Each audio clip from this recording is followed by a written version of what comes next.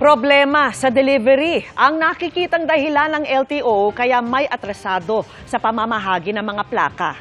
Nakikipag-ugnayan na sila sa courier services at humahanap ng iba pang paraan para ipamahagi ang mga plaka. Nakatutok si Oscar Oida.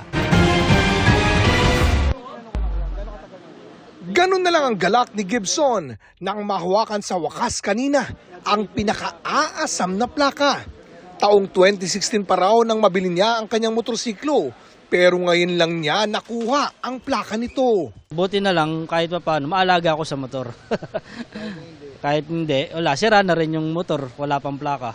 Aminado ang pamunuan ng LTO na atrasado nga ang pamamahagi ng kanilang mga plaka, di lang sa Metro Manila, kundi lalo na sa mga regional offices. Kagaya nga nung sinabi ko ng Monday, nung sinuspindi ko yung November 1 na hulihan, kailangan muna natin i-audit yung ating mga plaka. Ano ba yung totoong sitwasyon ng plaka natin? Ito, nakita natin na nagpo-produce. Kailangan ma-audit din natin kung gaano kadami yung plaka natin.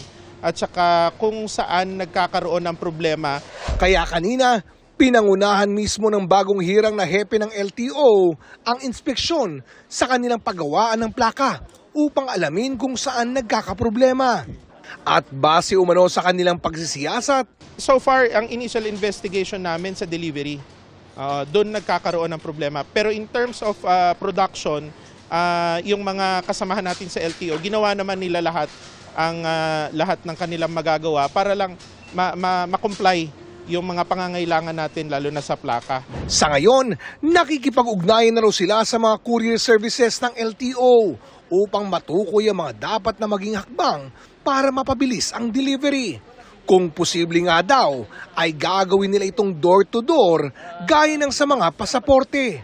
Sa DFA nga, wala tayong naging problema sa pagpapadala ng mga passport natin eh. So gagawin namin yung ganong sistema. Sinisimplihan ko lang para mabilis natin magawa. Tanggalin na yung masyadong komplikadong paraan. Sa pamamagitan nito, may iwasan na rin umano ang mga pananamantala ng ilang mga fixer na pinagkakitaan ang pag-claim ng mga plaka. Samantala, pinagpapaliwanag naman ni DOTR Secretary Giovanni Lopez ang ilang Private Motor Vehicle Inspection Centers o PMVIC matapos ang umuning reklamo ng ilan na tanging e-payment lang daw ang tinatanggap nitong mode of payment at may 65 pesos pang convenience fee. Kaugnay nito, inatasan na ni Lopez ang LTO na imbestigahan ang insidente.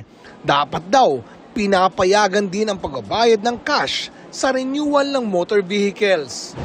Para sa GMA Integrated News, Oscar Oida, nakatutok, 24 oras.